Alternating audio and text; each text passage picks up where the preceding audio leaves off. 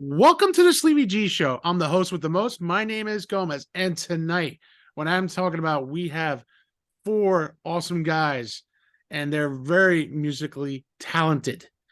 The guys from the Six. Guys, welcome to the show tonight. How is everybody?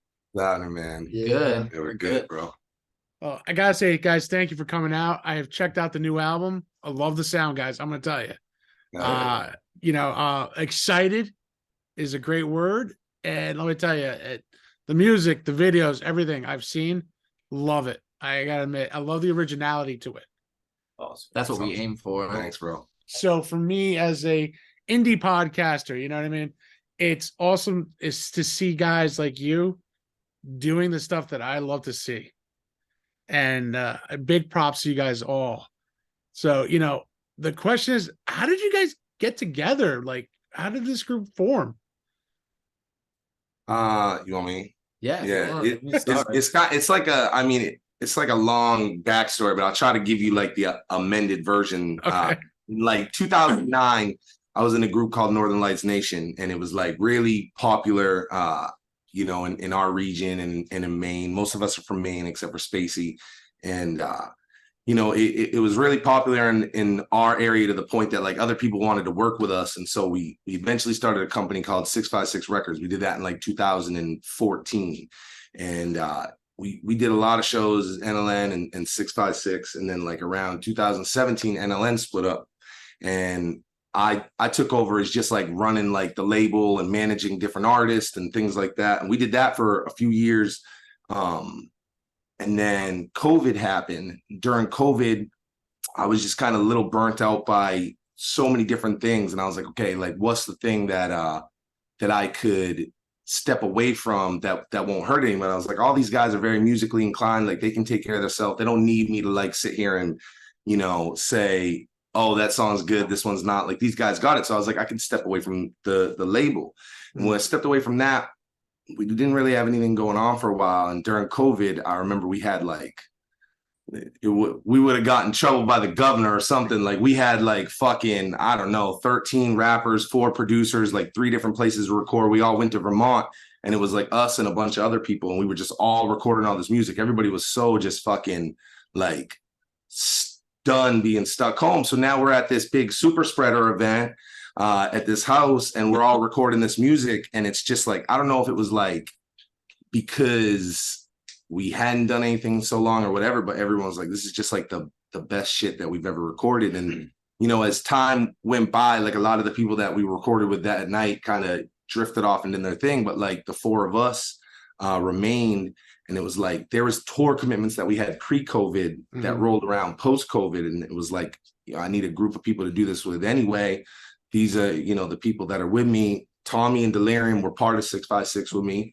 And then Spacey came in, and it was just kind of like a fit. And we did our first tour. We weren't even sure we were going to call ourselves the Six on the first tour. And, it's just kind of like slowly molded. And so it's been a thing since like, 2009, like all the way back. Like this thing, like, it seems brand new when you look at our social media, but like, this thing, the Six, has like deep roots. Years in the making. Yeah. And that's one thing I like, as like a indie podcaster myself, you know what I mean? You guys, like you said, you guys are independent and you guys are doing this awesome sound. You know what I mean? It's got that awesome, the hardness of the rock, you know what I mean? To the lyrics of the hip hop, which is, how can I say, I wouldn't even say like Limp Bizkit, but also like, I would say Cypress Hill more. Yeah. You know what I mean? That's the vibe I'm getting. Don't get me wrong. Limp Bizkit was good at their time, but you guys... Tom, our publicist. Our publicist just No, but that's the thing. But, shout out to Tom and Tracy. Well, that's funny. I didn't talk to them about that, but like, listen, because the way I look at it, I don't see you guys like Limp. I see you guys more like Cypress, but you guys are bringing something different though. You know what I mean? And that's what I love. I like, for me growing up, I always listened to Limp. I listened to Cypress Hill, but like, it's kind of funny. Like I remember the song Rock Superstar from Cypress Hill. Yeah. And then I'm hearing you guys, I'm like, ooh, the lyrics, the way you guys are spitting it out, the way you guys are, mentioning the stuff, that's what it feels like. And that's something that guys like me who's listened to, who grew up in listening to the old 80s hip hops, 90s, and I don't know about too much of now, you know, the 2000s a little bit, but you guys are taking it back a little bit, which is cool. And that's something you don't see a lot. Yeah, it's like there's like a sound right now called like trap metal, and like, you know, there's a bunch of groups that fit under it, like Suicide Boys and City Morgue. And I think what sets us apart is like, you know, those are younger, you know, kids. Those are kids in their like their early 20s, mid 20s. Like we're all in our 30s, so we've done this for a while. And like, even though like we have pieces of that trap metal sound, like we kind of do something a little bit different. Like if you were to play like our music next to their music, I guess people would see things that were similar. But like part of what I think sets us apart is like we do like the chopper style as well. Like you see that like, a lot of rapid fire. Like, you know, I'm a Bone Thugs and Harmony fan, so it's just like, you know, we just kind of like, I don't know, we take a little bit of everything. Like you said, like there's some old school shit in there because we're all in our 30s, but then like, you know, we all fuck with like the new stuff as well, like City Morgue. So it's like, I don't know, we got like a little melting pot and pieces of everything. We also like we all love like a lot of different music. Like the metal thing for us isn't like a facade. Like, you know, Dilyrium, you know, his first stuff was metal. Tommie's first stuff is metal. When I was in Northern Lights, like we were crossing over like metal and hip hop way back in like 2010, 2011. So it's like, you know, we just all kind of take whatever, you know, and kind of throw it in the fucking pot.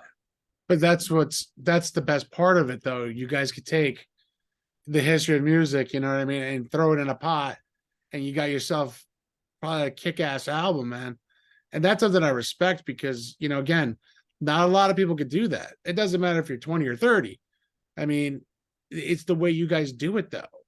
And much respect to you guys because, you know, when you, as you say, kids, you know what I mean, you look at them and they're trying to do their thing, you know what I mean? It's like you're paving the way for them a little bit too, like how it should be, how it's, you know, how it should sound. So, you know, again, big props to you guys. Now, the question is, who does all the lyrics?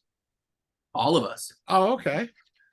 Yeah, we sit down. A lot of the times we sit together and we'll listen to like the instrumentals, and we all like, you know, we have parts and we just kind of like work on them together and just write our own stuff.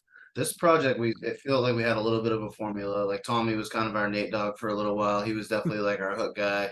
Delirium wrote a lot of stuff that we kind of just took and built off of. So he was like the starter for most of it. But now as we're making other stuff, we've kind of just went in a whole different direction. So the new stuff could be, you know, it's not going to be a lot of the same formula. But well, listen, I listened to the album Black Magic and Trap Houses. Let me tell you, 6 songs are so dope. I love it. I mean, I was listening to it before I wanted to listen to it again because it's just something about it. It attracts me to it. And, you know, like I said, I can't wait to tell people are listening, look at me over, what are you listening to? I'm like, a band, don't worry about it. It's the 6, you know what I mean? Like, I'll say that. Like, what are you working on? I'm like, oh, nothing. I'm just listening to music. Yeah. But, you know, like, what kind of music? I'm like, well, just listen to the lyrics. And, you know, of course, I work with a little bit older client, you know, a little more older people, you know, so they don't get that style well like I do. Yeah. I'm not going to lie. I'm in my 40s. I'm in my young 40s. Let's just say that. But hey, that's cool, man. I'm 39, so I'm 43. So, but you know, age don't matter. But the fact that hearing you guys is so refreshing. Hell yeah. You know what I mean? The lyrics. I mean, I looked at some of the videos too. Now, I'm going to ask the question: do you guys all like motorcycles or? Yeah. I grew up like around a motorcycle club. Okay. That's like everything to me. In fact, like if you look at the old NLN stuff, and some of it's in the videos, you'll see Northern Lights hoodies and stuff, and that's just that. But all of that stuff was kind of designed off of like, you know, like to pay homage to my dad's club that I grew up around. Okay. And so like as we progress, like everything follows like that crest look. Even like our logo for the 6 is like a crest, and it's kind of got away from the biker thing that like Northern Lights had. But right, we're very like crest driven because of like, you know, I grew up in that motorcycle club environment. And much respect to your dad, man, because that's something, my dad, he unfortunately passed away so many years ago, but I respect that because I carry my dad's last name. Gomez is the last name. It's not my first name. It's my last name. So, I carry that name proudly. You know what I mean? And that's why everyone sees a Sleevey G, they're like, "What?" Go, it's part of my name, and that I made that G big for a reason. Yeah, hell yeah. And I gotta thank my buddy DT from Space Capsule because he made this logo perfectly, and I love it. You know what I mean? So for me, it's a big up to my dad, and I just started. I didn't start podcasting this year. I went solo in January for myself. You know what I mean? Because I was in another podcast called Playlist Wars with one of my best friends, Brian, and we talked about music. I was more of the movies, video games guy. Yeah, right on. So I play a lot of GTA. I watched a lot of movies growing up, and I play a lot of video games, sports, everything you can think of, and people are like, "Oh my God, how do you remember all this stuff?" I'm like, "Yeah, I'm just when it comes to movies and video games, I'm like that knowledge guy." You know what I mean? It's kind of funny, and he was just a music guy, but I kind of wanted to do something different with me because I love talking to people. That's one thing, but I love hearing their stories, and it's not all about music. It's about everybody. You know what I mean? Like, an Emmy Award winner was on the show. And then I had a guy in Toronto who's a huge video gamer like me, you know what I mean?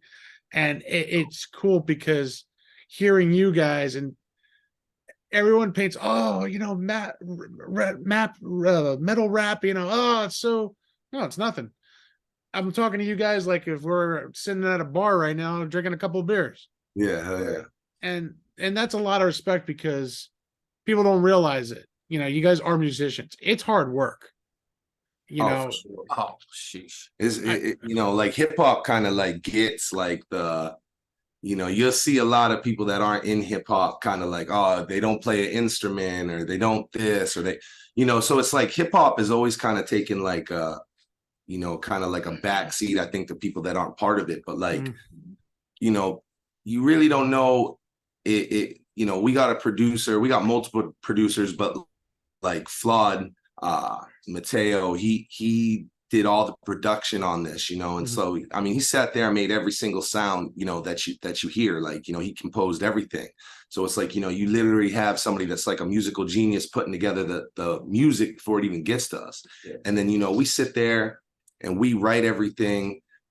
So everybody writes their own part, it's very like in hip hop, like it's kind of like a sin to not write your part. It'd be like crazy for me to sit and write, Tommie's part for him or something. Like everybody writes their own thing. That's what makes everybody's verse unique. If Tommie wrote everybody's shit, we'd all rap like Tommie, so we all write our own stuff. But I think the part that people don't get about hip hop is when you're live, you don't have an instrument to hide behind. And I say that respectfully, but it's like, if you're comfortable being a drummer and you can just focus on drums, like you can be there and you got your drums and they're the forefront, or if you play bass or guitar, this is just you and the microphone. Like everybody's a lead singer and like your instrument is like, your body. So so it's like we spend a lot of time like crafting our live show. And it's like people like our music, our recorded music is cool, but like the place where we get like all our props and all our love is off our live show. Hell yeah.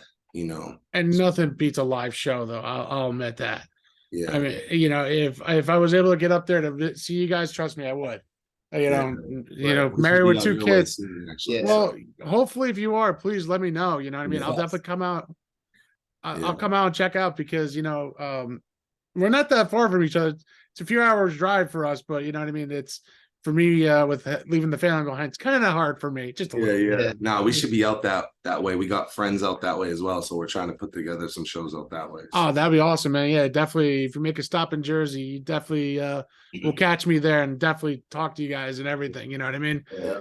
But the other thing is like, where did the love of music come for all you guys? Because for me, my love of music was in the 80s. Growing up and born in '79, and 80s music took over my life. But where did your first love of the sound of music come from?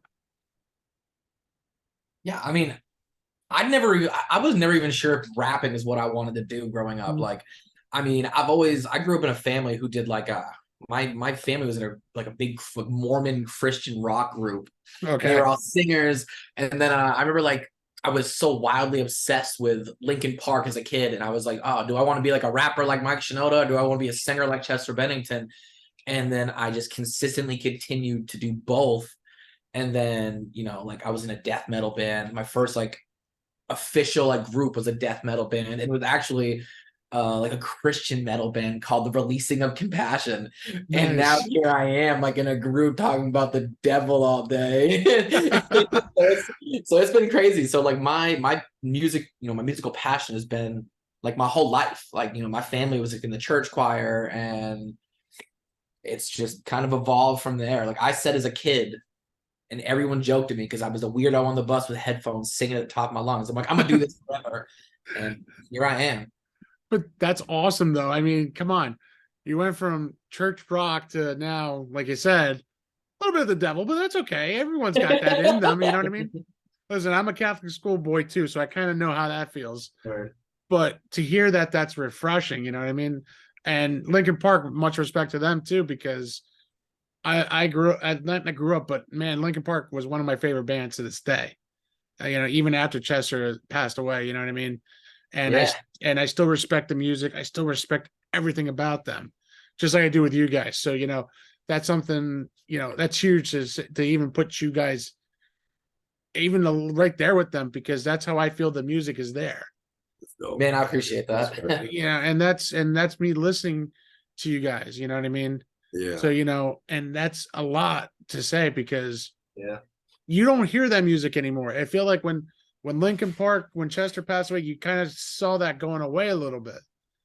I mean, don't get me wrong, there's Metallica, it's a great group, you know what I mean? I'm not gonna say Limp Bizkit, but Yeah, nah, but Yeah, no, for sure. Like Yeah. really, it's just it's to put I would say definitely I get you guys right up in that area, because it's crazy too because you've only heard like the EP, and the EP is kind of like driven towards one sound. yeah, And like we're working on like another project right now called Gang, where it's like us and like all these different people we want to feature with, and there's a lot of different sounds on it. Like it's not necessarily just like the trap metal like sound like the whole time. Like there's like just a lot of different styles. Like a lot of people don't know coming out of like the EP, but like Tommie sings really well.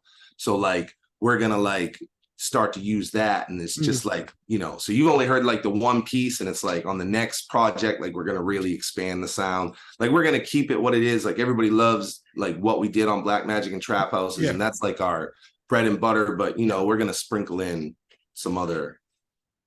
and that's exciting news, because like I said, just listening to that, but as a first time listener, was just like, I said, wow. When Tag sent the information, I'm just like, wow. I go, just listening to the lyrics, I didn't have to listen to the instruments yet. I was more going, let me hear the lyrics.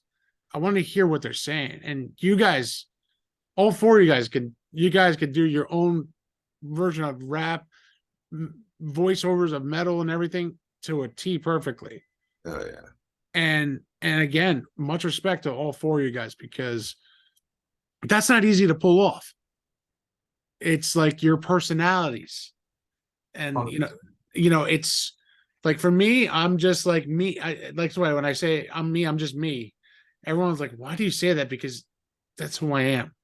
Yeah, right on. I wear my heart on my sleeve. I give 110%. And I was watching some of the videos, and I'm watching you guys, and I'm like, wow, these guys do it the same like I would. Yeah. We get that a lot. Like people say like no Injury. Uh-oh. Just slip you, bro. You gotta sit down with your broken legs. Yeah, we get that a lot, that like like somehow we all got like this unique, like each one of us are like individuals and unique, and people see that about us, and they're like, I don't know how it works, but somehow the four of you together really works, because we're all very different. Like if you look at the videos and even look at like how we're dressed and stuff, like we don't really all dress very similar. In the pig video, like Tommie's got like a full button up, Yep. more corpse paint, you know. Which was good. That whoever did that job. You know, Spacey Jones has the big gold belt. You know what I mean? I'm wearing a Death Row Records shirt. Like we're all very different. But somehow it really works. I just want to go back because we trailed off, but I want to make sure like everybody tells. No. Oh yeah. No, without a doubt. I was gonna get back to you guys too a little by little. So no, but let's get on. Whoever wants to speak up next, please go ahead. Yeah, so I never really listened or was into rap music or hip hop early on, like in high school, early 2000s. I just craved like the heaviest metal that I could listen to. Dilyrium's not the interview guy. No, it's okay. Well, so let me ask you this: what was your biggest influencers when you were in high school? All right, so I started off listening like old school Metallica and shit like that, and then I heard Slipknot, and I was like, it can't get any heavier than this, but I was dead wrong. Just into extreme like death metal, black metal. I bought a drum set instead of like getting driver's ed. It was a deal with my mom. Okay. So I became the drummer for this death metal band, Eternal Torment. We played up at the Cave. Shout out to Kathy. Bucksport, Maine. Rockin' place. Then I switched to guitar. I was a guitarist in a bunch of different metal bands. Nice. I did vocals and discovered that I could do like really good metal vocals. And just every band I was in, I was always the most dedicated, and everyone else was just doing it as a hobby.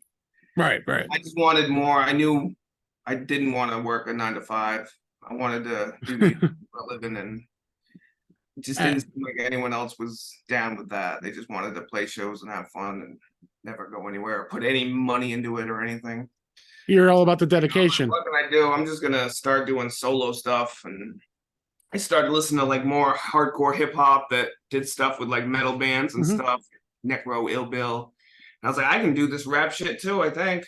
And I started doing that. And, me and Hayes were like, we live in like the same town, so we do songs together, and he was on the label with these guys, and okay. Yeah, they just go on tour with them, and then here you are now. You know what I mean? Yeah. And trust me, you did a good job for the interview right here. So, I'm talking. Oh, that's why I just want to make it comfortable for you. No pressure, no worries. That's what this show's about. No pressure, no worries, man. You know what I mean? And that's something now.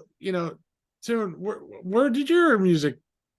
Before we go to you, don't worry, I didn't forget you. He was just front and center, right in front of you, man. Yeah. I had a lot of different musical influences growing up. Like there was like an age gap between my mom and my dad, and then obviously like my grandmother. So it's like I kind of had like this generational just like different generations of music depending on whose fucking car that I was in. So like, it all just kind of like blended for me. Like, and I was always into it, but I didn't come from like a musical family. Like I don't have I can't say like, oh, my dad played guitar. This is like, I didn't really have that. I had like some cousins and shit that was into it. Like, but I'm like the first one from my family that, pursued it as an entertainer, and like, we were just talking about this because we were doing some other interviews, and it's like I think that I was really into Bone Thugs and Harmony, and in like '98, Bone put out a combo pack. It was a CD and a VHS. Yes. Anybody really young, you don't know what fucking VHS is. It's a big giant block with film, and jammed it into a fucking square, and it played a movie. And it had all their music videos, and it had like background, like video, like behind the scenes and their live. And like, I saw this and I just like saw the way they lived and what it was. And like, I kind of just fell in love with the entire process. Like some people just like want to make the music or whatever, but like when they were showing the behind the scenes and the traveling and even like crazy shit, loading in, loading out, like I just like loved all that I saw. So I was in high school and I was taking these college courses. And when this all happened, like I was slowly like just starting to love music more and more. Like I got further and further into like hip hop, but like Bone specifically. And I remember saying to my mom, like, hey, I don't think I want to do all this college and all this. Like, I think I want to make music. Like, is that going to be cool? And my mom was real supportive, and I started to chase that down. And then in 2002, the year I graduated, I got an opportunity to go out to California, and I went on tour with Tupac's group, the Outlaws. Tupac had already passed the tour, and I was with someone else named Juan G, and Juan brought me on with him. And so we would open up for them and travel all over California with the Outlaws at the same time, like trying to finish high school. So I'm in like a fucking van trying to finish like schoolwork, send it, back. And as soon as I did that, when I came home,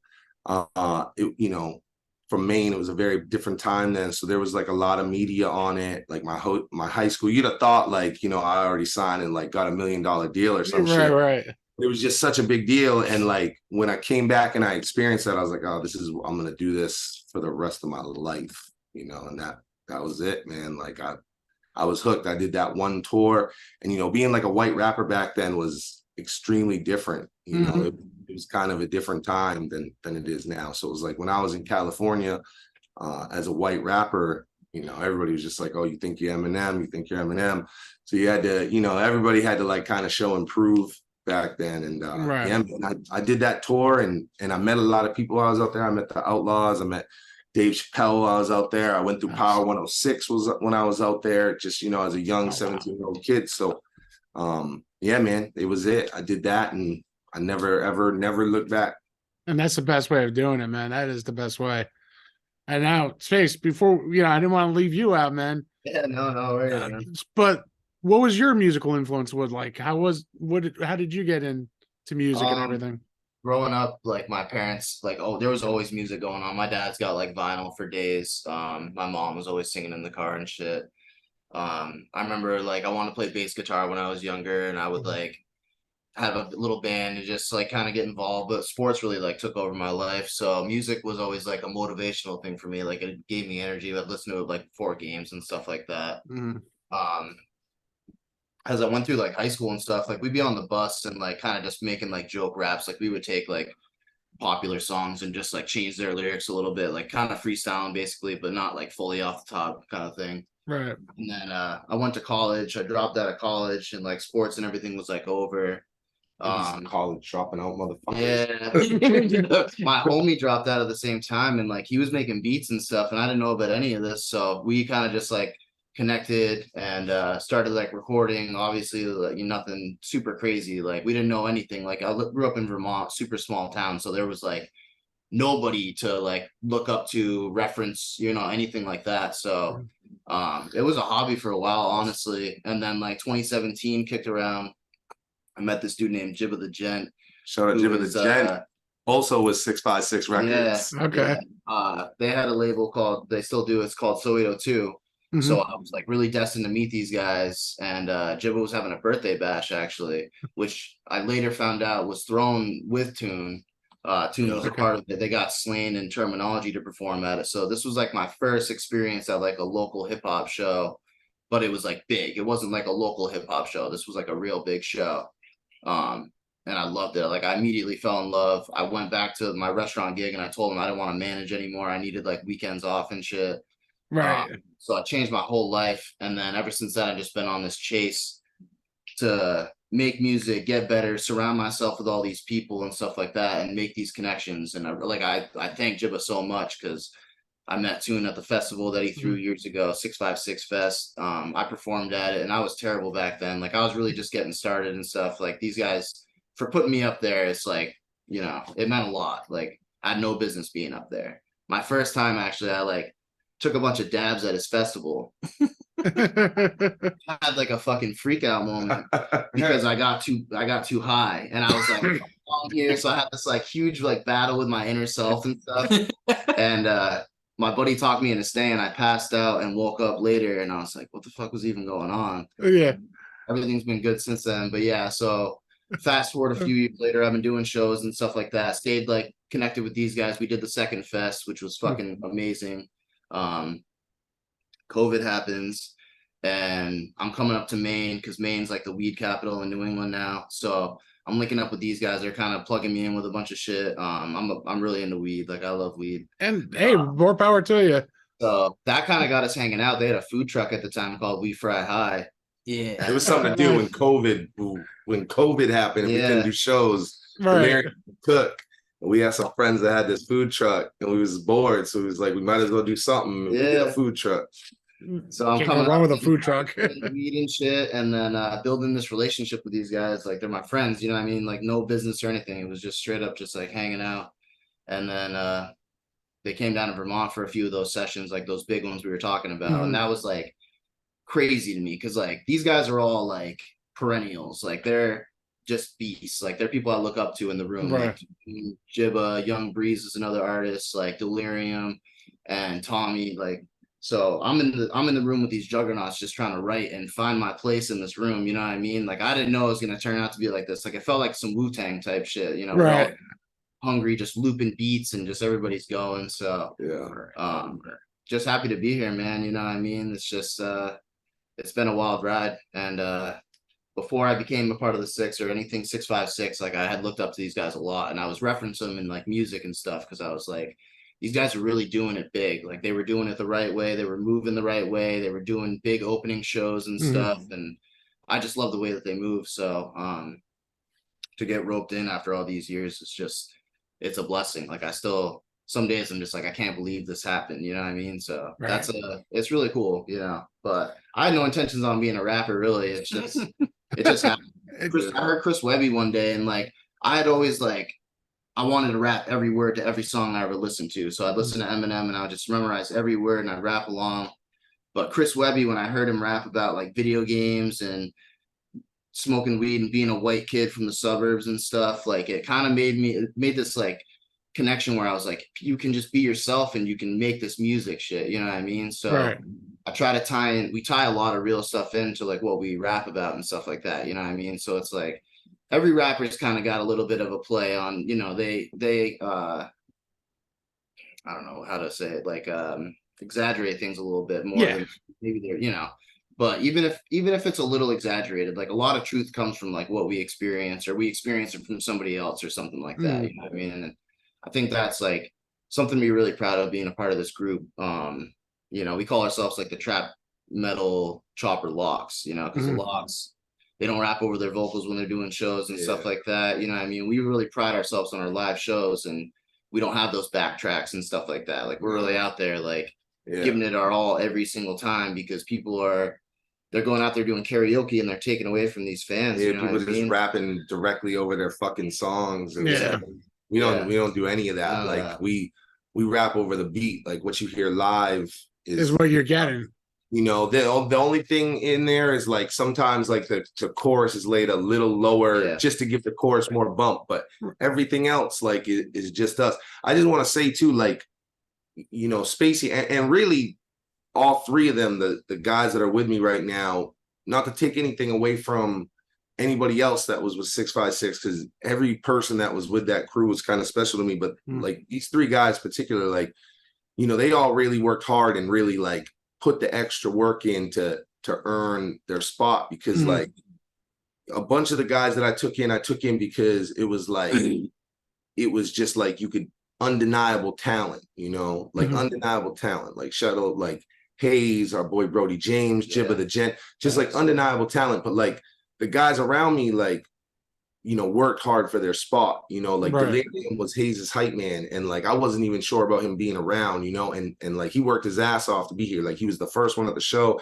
carry the merch in, carry the merch out, you know, you need anything tuned, this and that. Like he really like put the work in to make sure he was noticed. And then like, you know, when Spacey was coming around, we had the food truck, but he's coming from Vermont. He's making sure, you know, that he's at everything. So anytime there was a show, anytime there was anything, you know, Spacey would make sure that he was there. And we all appreciated like, oh, this motherfucker's driving, you know, 5-6 hours from Vermont to come put FaceTime in, you know, like he's working hard for the opportunity. And like something I always tell everybody is like, the hustle will beat the talent 100% of the time. And people don't love to hear that, but that's facts. Like you could get a kid that has 60% of the talent as somebody else, but if he's got 100 times more of the hustle, he's gonna make it before the one with the talent. Like the hustle beats the talent all the time. And so Spacey was just like a hustler, and it was so great because he'd spent a lot of time with us and he was in the group, but like we brought him in at this big sold out Chris Webby show that was like 800 people, and we all performed. And at the end of it, like a thing I always do when we bring people in, we give them a 656 chain. And Space is the last person we gave one to. So he like opened up for somebody he looked up to. Chris Webby at a huge show, and he, you know, we dropped a chain on him there. That's awesome. Yeah. That could be like emotional too for you, because it's like, oh, I was crying. yeah, I was gonna say, I probably was coming. It's even better. Yeah, he didn't know it was coming. There was a lot of most people don't. Tommy got chained up at our first festival. You're hype. And he was Dilyrium's hype man. When Dilyrium left, Dilyrium and Hayes split, Dilyrium started his solo. He needed a hype man, so Tommy became his hype man. And Tommy's like my right-hand man and puts in all the work. Like we call it Tommy work, but like nobody does it like Tommy, because I throw the craziest shit at Tommy, and you know, he works his ass off. And at the first festival, he literally walked the skin off the bottom of his feet, walking these grounds, doing everything that I needed. And they was it the end of your set? Yeah, it was the end of the set. It was the end of the set, yeah. And no, you know, motherfuckers never know when we're gonna bring them in. They're just affiliates. You're just around us, you know. And like people will say like they're 656, but you know you're not. You know what I mean? You know you're not one of us until you get chained. right. And, Tommy really like put the effort and the real work in, you know, like the physical, like he started as like the fucking roadie almost, you know, and worked his ass off, and then, you know, became Dilyrium's hype man. We chained him, and then he became my right-hand man in all the projects. And then as we did this, he kept telling me, yo, Tune, you know I can rap, right? I'm like, Tommy, play your position. He's like, Tune, you know I can sing, right? I'm like, Tommy, just play your position. Don't worry about rapping and singing. Just play your Tune, you know I can sing and rap, right? And then finally, just like one day, he just started doing it, and I was like, all right, Tommy can sing and rap. but you know, like the thing that makes like the guys around me like the most special to me is like out of everyone, and again, like I love everybody that was 656. Like this is like a thing forever with all of us. We was all just together at a release party, at least most of us. So this is like a for life fraternity. But like the three around me are special because I didn't necessarily grab them because I was like, oh, they're so talented. Like some of the other ones I heard, I'm like, yo, they're so fucking good. Like I need them over here right now. But like these ones put in like 100% of the raw effort to be heard. You know, like they were the ones that were willing to lose the hours at work and time with the family and the girlfriend and to drive the fucking 7 hours and to, you know, like that, they were down for the sacrifice. So, you know, and that's what makes that your group very special. Yeah. You know, like I said, when you see the videos, you see the time, you know, the lyrics. When you got all four of you guys put your own lyrics down and you guys fine tune it, you could hear it. And that's a lot of respect, because, you know, with all these bigger names, they get someone else to write their lyrics. I feel like no one takes the time to do their own stuff anymore. You know what I mean? There's a writer's bank. Even for like hip hop now, you read the credits, you'll see there's a writer's bank. Yeah. People and shit. Yeah. So to see you guys sit down on a table and, you know, just spit out the lyrics, you know, and write them down and spit them out and just make it work. That's a special group right there to do it. You know, just listen to you guys, all four of you. You know, it's not like you said, it's like a brotherhood, but it's a family. Yeah. Oh, 100%. Yeah. So, and that's something I fully respect, because, you know, when I played high school sports, like you guys, you know, Spacey mostly, you know, I played football. So when I started playing my junior year and starting, and I was the big guy trying to get into shape and everything. And my coach would push me, and then I noticed the team started coming together, and it just became one big brotherhood, like you guys. And ever since then, that's how I look at things. You know what I mean? Like family, brotherhood, and you know, that's what you guys got. You know what I mean? And that's a huge respect for you guys, because, like I said, you don't see that a lot anymore. Family over everything. Yeah, that's a that's a slogan since like '09 NLN. We say family over everything, because it's like we would roll into these events as NLN and everyone was wearing Northern Lights gear, like 20, 30 of us. And it's like, people would have all these misconceptions, and it was just like, yo, we take anybody that wants to be here, anybody that's like an outcast, anybody that doesn't fit in, anybody that loves the music, you come be down with NLN, and it became family over everything. And that's just something that we've carried that, this whole way. And we like, out of all the groups I've been in and all the different chapters I've been in, like the four of us have built like the best like brotherhood, because I think that we're all at an age where it's like we learn like communication is important, and like, we're always like, hey, what ends great groups? And it's just like jealousy, miscommunication, all these things that like lead to like great bands and whatever breaking up. Like if you listen to their story, it was a misunderstanding, a miscommunication, jealousy over this. One person got a deal that the other one did. So it's like we all like take all the time to communicate and check in. And it's like when we see each other off, we all like hug each other goodbye, love you. Like, we're really about it. And because of that, like we got this great non-music, relationship. Like that just makes our music. Yeah. We do a lot of team building, bro. Like we believe firmly in it. Yeah. And that's something I could see. Yeah. When you sit four guys in a group together, you know what I mean? It's amazing. Yeah. He said drugs. Well, every drugs. We've done a lot of festivals, man. Yeah. Hey, there's nothing wrong with that, man. Everyone's different. I'm more of the Jack Daniels or my soda, but I'll admit to that one, I left the Jack behind. I stick with the Coke. Okay. I don't even smoke weed no more. Shit. That was great. Well, no, but that's what I'm saying. But just seeing you guys together, it just feels awesome. You know what I mean? Like just talking to you guys, and and that's awesome because again, you don't see this anymore. We have fun, and that's the best thing when you guys are together. I mean, I'm hanging out with you right here in Zoom. I'm having fun just because. Hell yeah! It's great. You know what I mean? Like you said, you guys are always busy with interviews and stuff like that, and this is where it's different with me. It's talking, shooting the shit with you guys. That's what's up. Yeah, hell yeah, man. And I don't want to bore you guys with 10,000 questions. Everyone gets tired of it. You go through a long day, man. And and that's what we did all for hours before we got here. We was doing interviews, and a lot of them are the same. Who's your inspiration? How'd you get started? Who do you want to collaborate with? Oh man, if you want to collaborate with anybody, it's got to be someone huge. But I'm not going to ask that question because you probably got tired of saying the same thing over. A lot today.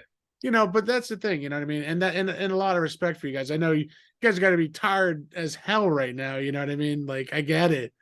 But and the good thing is and I can't thank you guys enough for bringing the time in with me. You know what I mean? That's awesome. We're glad to be here. Yeah. Oh, I was stoked when you guys replied quickly, like, hell yeah. I'm like, what? Seriously? That was great. Right. And then the next thing I noticed, on Instagram, I see you guys already following me. I'm like, damn, that was quick. Yeah. That was quick work, I said. And, our publicists, our team tag Tom and Tracy, like if they say it's a good look, like, I'll say one thing that we have is a great team around us, whether it's our publicist, whether it's our management, right down to like our video, our photographer. Like we got like such a good team that it's like we trust their lead, if our publicists say, hey, this is a good look, we're gonna do it. If our manager says this is a good show, or whatever, good opportunity, like we're gonna do that. We've been lucky enough after all this time to finally build people that we can trust, that they care about our thing as much as we do. It's hard to find people that are external, that aren't like in the group, that care about the group, And I could say that I do, because when I saw, heard the music, I'm like, wow, I just like automatically just said, yes, I need to have them.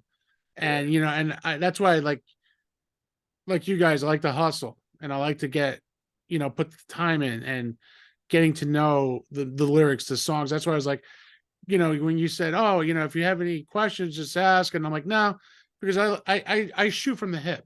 Yeah. But that's what I wanted. Like, wait a minute, I need to know your names because shit, I'm not gonna lie, I'm not gonna start going, hey, yeah, you. No, I want to know who I'm talking to because it's personable. What's your favorite song? My favorite song? Yeah. All right, off the album. Yeah. I'll be honest with you. Yeah, Talking to the got devil. him. Talking to the devil. Oh, Nice. That's off the album right there. Shooting from the hip. One of my favorite songs. Yeah. it was so fun. Yeah. And That the one's our videos, it was such a great song. And as a matter of fact, before I signed on, I was listening to it too. Yeah. No, I ain't gonna lie. Sean edited that video. Yeah, himself. that video, all our other videos, shout out to our regular videographer is James Joyce, and he's who brought to life like Carbine, Pig, and like the Bringing It video that we just did. And he's like a mastermind. But like before we had James, and James actually got hooked up with us by a friend of mine that I promote with named Fury. Fury was Bizarre from D12's manager. Oh wow. Yeah, and now Fury like works as our booking agent as well. So we got our regular manager who handles like our day-to-day and stuff, Ryan Conley, and we call him Ruthless Ryan Conley. Shout out to Ruthless Ryan. Yeah. And then we got Yeah. Fury who does like just helps like book shows for us, set up tours and shit like that. What the fuck was I even going? Oh, so Fury hooks us up with James to do all these other ones. But before we had that, we were like, yo, we got to do a video. So we said, fuck it. And we did it ourselves, the Talk to the Devil video. And we just found like the weirdest, like we had access to this, like, it was basically like a gutted apartment. And it was just like hellacious to be up there. So we set that up with the Ouija board. Yeah. And just candles and all kinds of weird shit. It was a creepy fucking place to be in. I shot a bunch of the scenes, and then like Spacey helped catch a bunch of the scenes, and like, we all kind of held the camera, and then I just had to edit that, and that was our first week. That was our first video. We didn't have the money or anything yet to like pay like a James or any shit. Yeah. So like we just did it ourselves. It was so fun. And fun. and even though like that one looks way different than the other ones, because like I love what James does. Like James, right. He's got some talent, man, with the the cameraman.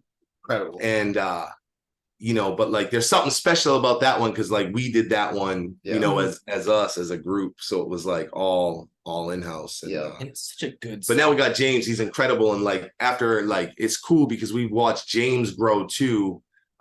We start working together. James now has these like, these really great videos to work with. It's opened up like opportunity for him. Now he's working with some big names, and James is really like knocking it out of the fucking park too. So it's cool, man. It's cool to watch our whole team like grow like that. And that's awesome. Like for me, like I started in January this year.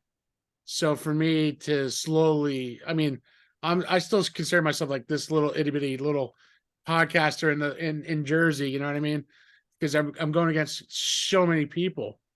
Yeah. But I do my own thing, and it's catching attention. You know what I mean? And that's something I love because, like you guys, I'm hustling. I'm putting the work in, putting in the time, putting out the emails. Hey, like, come on the show. Let's talk. Let's try to see if we could do something. Yeah, and your shit could change overnight. Like you could get the right guest, and you could do from this to this, and literally like an overnight situation. That's what makes the internet, and like. The internet has changed everything for all of us, podcasting, music, whatever it is. It's like you could be hustling for months, and then one opportunity or one video or one song or whatever. It's just like it all changes. I mean, I actually met somebody, one of my special guests not too long ago, and she's a local Jersey celebrity.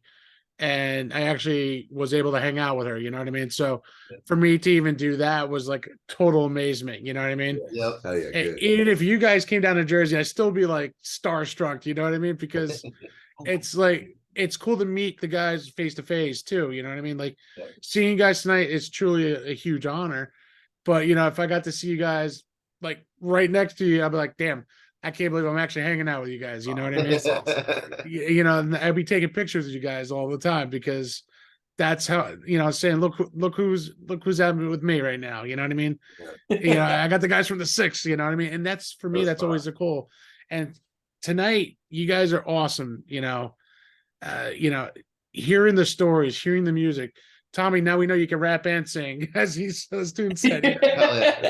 It's cool. You guys, like I said, is truly a blessing to see you guys as a big family, and I continue the success for you guys. You know what I mean?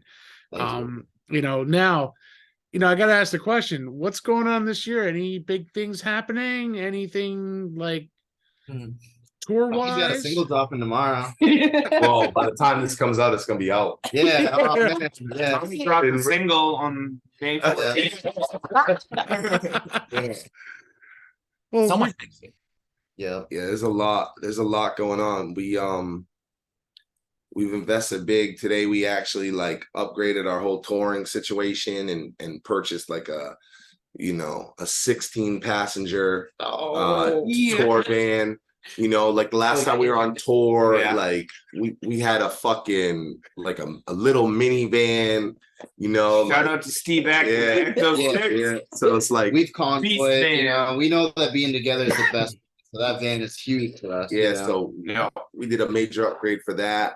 Sleeping too. Yeah. To just set out because now we're booking a lot of national dates, and we was like, yo, it's not gonna work going in minivans or cars or whatever, moving the shit around. And we're working on a new project. Like I said, by this comes out, will probably be some singles out called Gang. And Gang is just kind of our shit is the Six Gang, and so everybody that's around us, we just call the gang, and we wanted to feature everybody. Nice. So we're working on probably a couple volumes of Gang, and there'll be some singles from that. Yeah.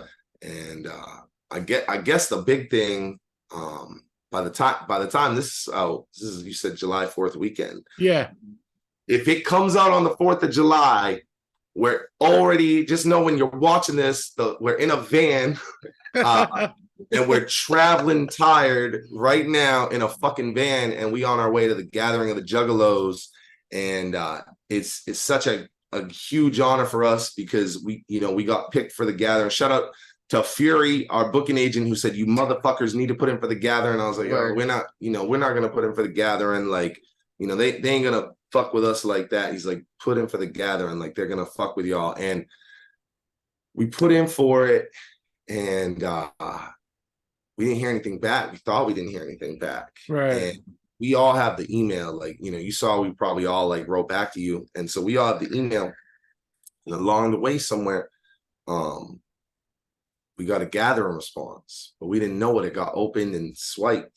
Oh, yeah, it's crazy, but it's just that, you got the whole shit. No, it's in spam, right? I think it got swiped. Oh, to spam. okay, yeah. So all of a sudden, I'm on the Instagram, and saying Clown Posse follows us. I'm like, what the fuck is going on here? Oh, and nice. And ICP DMs us, and they're like, hey, did you get your gathering email? And I'm like, no. What the fuck is going on here, So I go back, I'm shooting through the fucking spam. I realized it got, sent over to spam, and oh my God. They take us for the gathering. And when Fury told us, he's like, y'all are gonna get on it. He's like, you probably make third stage. He's like, don't be disappointed if you do. He's like, but you guys are really good. They'll probably put you on second stage. They put groups like you on the second stage. Fucking gathering reaches out and puts us on the main stage on day one. Wow. So it's like a super honor for us to do that, because I won't say any one of us is a juggalo, because that's a distinct thing that I think that you gotta respect and not be a culture vulture of it. 100%. To call yourself that if you're not. I love the Juggalos. Yeah, but we love them. When I say the Juggalos are the greatest hip hop fucking fan base that exists, I challenge any other fan base to say different. They are the greatest fan base that exists, because when I was in Northern Lights and we first started doing shows with Juggalos, I was like, yo, they are there in the parking lot early before the show starts partying. They're there for every opener. They show love to all the openers. They buy the merch. You know, I've done shows in front of other, you know, fan bases where they're just like, yo, shut the fuck up and get to the headliner. You know, right? Like the Juggalos, like they rock hard with you. They don't care if you're a Juggalo or not, as long as like you're not faking it. You know what I mean? But everybody does the gathering. You know, like everybody, like the Juggalo acts do the gathering, but then like.